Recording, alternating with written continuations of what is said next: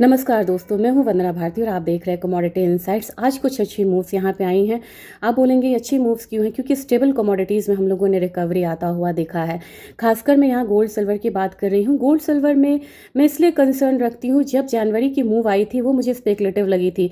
मुझे वहाँ भी कंसर्न था कि इतनी जस्टिफाइड वो रैली नहीं थी, लेकिन गोल्ड को सप्रेस करना और सिल्वर को इतने नीचे रखना, ये भी एक सप्रेस वाली बात थी, ये भी जस्टिफाइड रैली नहीं थी। अब यहाँ से देखेंगे कि हुआ क्या है, ये एक बारी हम देख लेते हैं।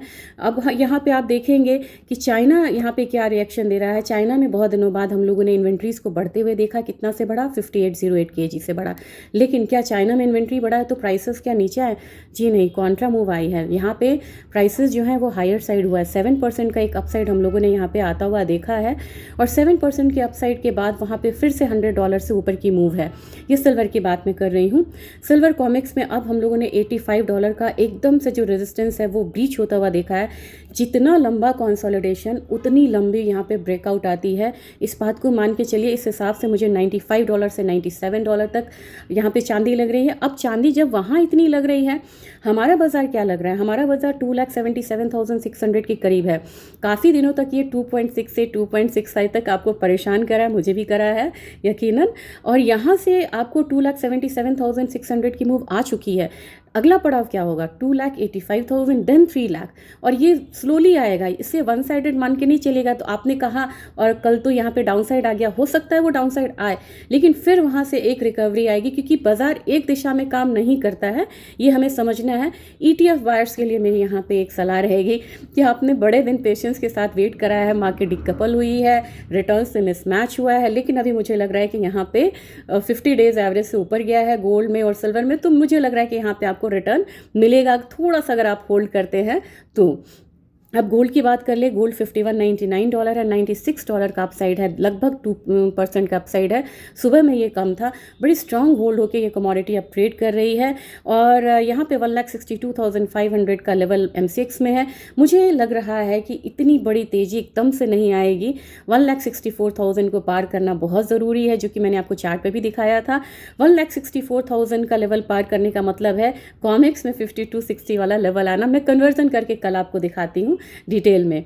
अच्छा, इसके बाद क्या है कि गोल्ड में आपको अभी खरीदारी इसलिए भी रहेगी क्योंकि बात तो हो गई कि यहाँ पे युद्ध जो है वो ख़त्म होना चाहिए, लेकिन क्या हुआ है कि वॉर जो है ये अभी ऑफिशियली यहाँ पे ख़त्म नहीं हुआ है। दोनों साइड का अपना अपना शर्त है, डिफ़िकल्ट है, इतनी जल्दी होगा नहीं। तो इसकी वजह से क्या हो रहा है, डाउ जोन्स में गिरावट आई है, S&P में गिरावट है, डॉलर इंडेक्स में यहाँ पे फॉल है, और ये फॉल यहाँ पे बार बार आ रहा है। तो पैसा कहाँ जाएगा? वो गोल्ड और सिल्वर में जाएगा।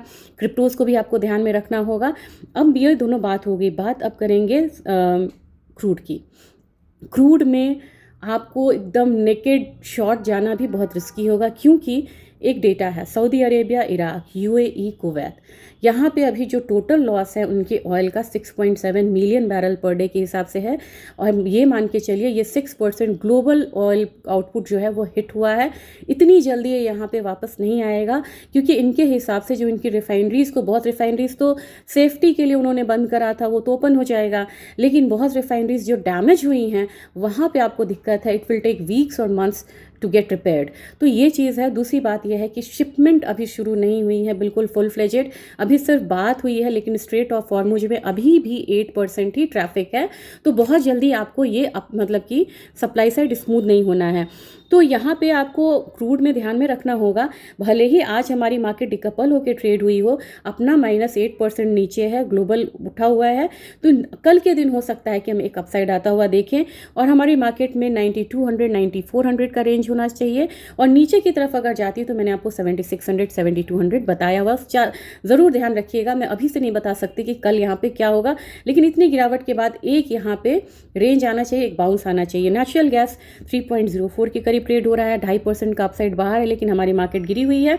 लेकिन 265 अगेन वो रेंज है जहाँ पे इसको एक बारी स्टेबल होकर अपसाइड लेना चाहिए। इस बात का भी आप ध्यान रखिएगा।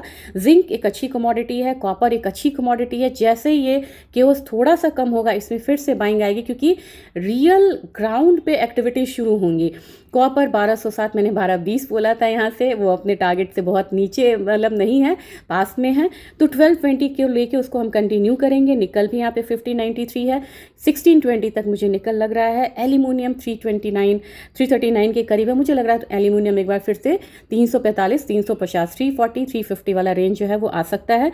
जबकि आप अगर देखेंगे, ओवरऑल देखेंगे कि मैं कुछ मिस तो नहीं कर रही हूँ, कल के दिन भी मुझे लग रहा है कि गोल्ड में हो सकता है कि हल्का करेक्शन आए भी, फिर भी मेजर आपको बाइंग साइड रहेगा, सिल्वर आपको बाइंग साइड रह सकता है, कॉपर आपको बाइंग साइड रह सकता है, क्योंकि यहाँ पे अब जो माहौल बन रहा है वो बाइंग का है। और डॉलर इंडेक्स में गिरावट बढ़ती है तो एक जो मतलब कि स्टेबिलिटी वाला माहौल है वो देखने को मिलेगा। लेकिन एक बड़ा डिस्क्लेमर है, वॉर अभी ख़त्म नहीं हुआ है, और किसी भी तरीके से अगर मान लीजिए ट्रंप ने यहाँ पे बयान से वो पलटे कि नहीं हम फिर अटैक करेंगे, या ईरान अपने बयान से पलटता है, तब आपको यहाँ पे एक बार फिर से वो केओस देखना पड़ेगा। इसलिए एडवाइस यही रहेगी कि बहुत ज़्यादा आप यहाँ पे पोजीशंस को होल्ड करके ना चले। और ETF बायर से मेरी रिक्वेस्ट रहेगी कि प्लीज़ आप लोग इतना पेशेंस के साथ वेट किए हैं, मिसमैच को आपने झेला है। यहाँ पे मिसमैच मीन्स कि MCX का जो मतलब कि रिटर्न था गोल्ड और सिल्वर में, और जो ETF का रिटर्न था, अब मुझे वहाँ पे लग रहा है कि एक अच्छा रिटर्न देखने को मिलेगा। तो जो पेशेंस से आपने वेट करा है, थोड़ा और पेशेंस रखिए, फिर जाके आप यहाँ पे पोजीशंस को निकाल सकते हैं, और ग्रेजुअली पोजीशंस को निकालिए। क्योंकि काफ़ी लोगों के कमेंट्स यहाँ पे आते हैं कि हम लोगों ने प्रॉफिट को बुक करा, बड़ी खुशी होती है वो जान के कि आपने प्रॉफिट बुक करा और थोड़ा सा होल्ड करा है। गोल्ड और सिल्वर की जब बात आती है ना, मैं थोड़ा सा वो टेम्पटेशन रखती हूँ कि थोड़ा सा आप होल्ड करके चलिए, क्योंकि ये जो काउंटर है ना काफ़ी स्ट्रॉन्ग काउंटर है, और इसमें हर टिप पे आपको एक बाइंग का अपॉर्चुनिटी मिलता रहेगा। Thank you.